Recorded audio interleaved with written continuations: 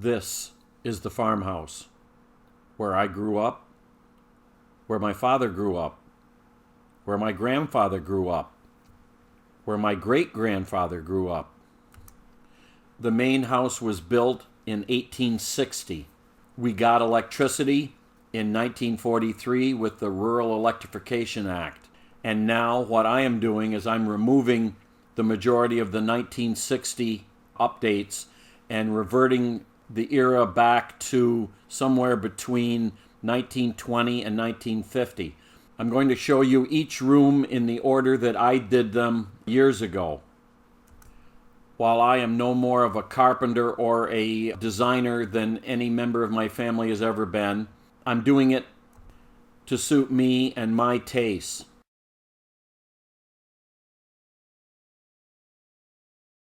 Well, the first order of business for the bathroom rebuild was to remove that vinyl replacement window and put in something much larger. The reason that vinyl window was in there, the original window was a wooden crank-out window, and it got to the point that you would have to take a hammer and pound it open and then go outside and take a hammer and pound it closed. So years ago we replaced it with a vinyl window, but of course when you put a replacement window into a existing frame, the window gets smaller, and as you can see it's a pretty small window, so we wanted something much larger. So to get started, we had to remove the vinyl coated masonite, and under it was that black glue that they glued it to the existing wall. So with all the masonite off, this is what we had, a black wall. And the next layer down, we were at the original wallpaper on top of the horsehair lath and plaster. And as you can see, there was multiple layers of wallpaper in all various colors and styles. And with all the wallpaper gone and the horsehair plaster gone, we were down to the original 1860 lath. And under the lath is, you would think there would be 2x4s, but got to remember this is 1860 on a timber frame. So what they did was they took thick boards, turned them sideways, and used those as nailers. So we are taking down all the lath to get back to the original nailers. And out of curiosity, I took a hole saw and drilled a hole to see just what I was dealing with. And that 1.5 inch thick board, that is the nailers for the outside of the house, because you can, looking inside the hole, you can see the tar paper that was put on the outside of the house before the siding was put on.